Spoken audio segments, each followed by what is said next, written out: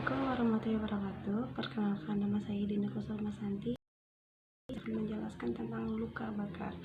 Nah, teman-teman, ada yang sih definisi luka bakar itu apa? Definisi luka bakar itu tersendiri adalah kerusakan atau kehilangan jaringan yang disebabkan oleh kontak dengan sumber yang sangat panas atau suhu yang sangat tinggi. Nah, berdasarkan penyebabnya itu ada 5 macam penyebab luka bakar. Yang pertama, luka bakar karena api. Terus yang kedua, luka bakar karena air panas atau mendidih.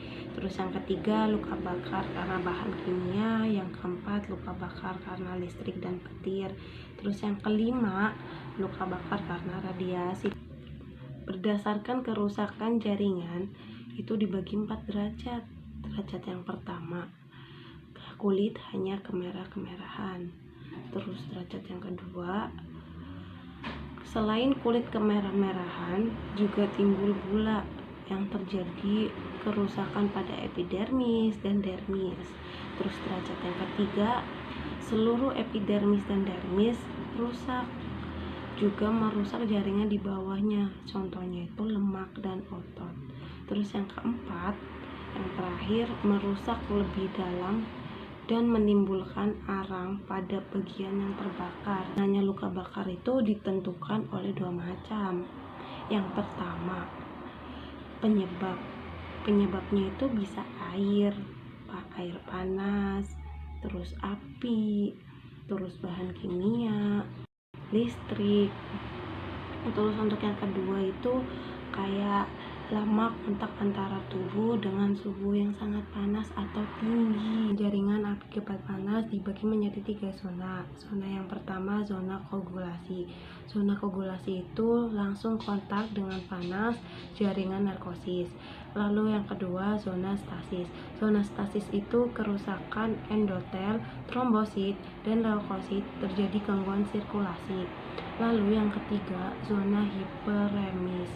Zona hiperemis itu daerah vasodilatasi, gangguan permeabilitas kapiler, odem, dan distribusi sel radang. Luka dibagi menjadi 3, dibedakan dalam 3 fase.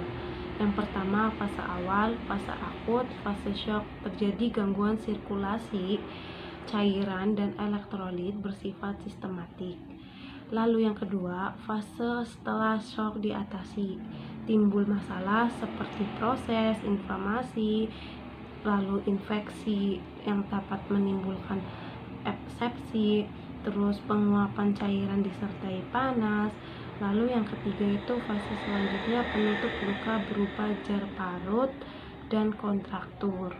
Perhitungan luas permukaan tubuh yang terkena luka bakar itu ada 3 metode. Metode yang pertama, metode permukaan telapak tangan. Area permukaan telapak tangan pasien termasuk jari tangan adalah sekitar 1% total luas permukaan. Jadi total luasnya itu semuanya 1%.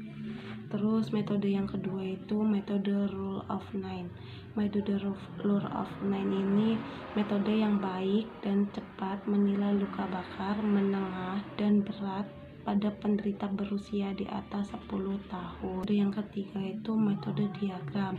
Metode diagram yang paling akurat pada anak bila digunakan dengan benar. Jadi metode diagram itu paling sering digunakan untuk anak. Berat ringannya luka bakar itu dibagi menjadi 3. Yang pertama itu parah.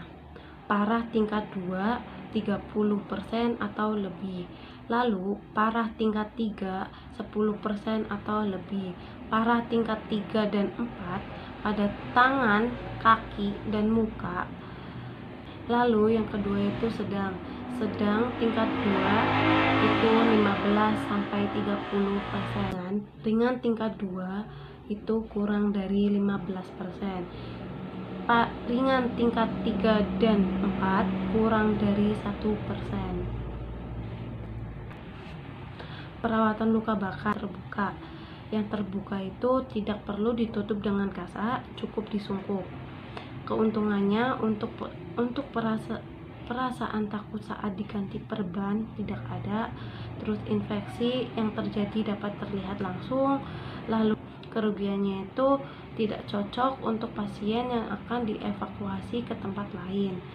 Bila ada patah tulang, tidak boleh dengan cara terbuka. Lalu perawatan yang kedua itu perawatan tertutup. Perawatan tertutup adalah dengan kasa yang steril.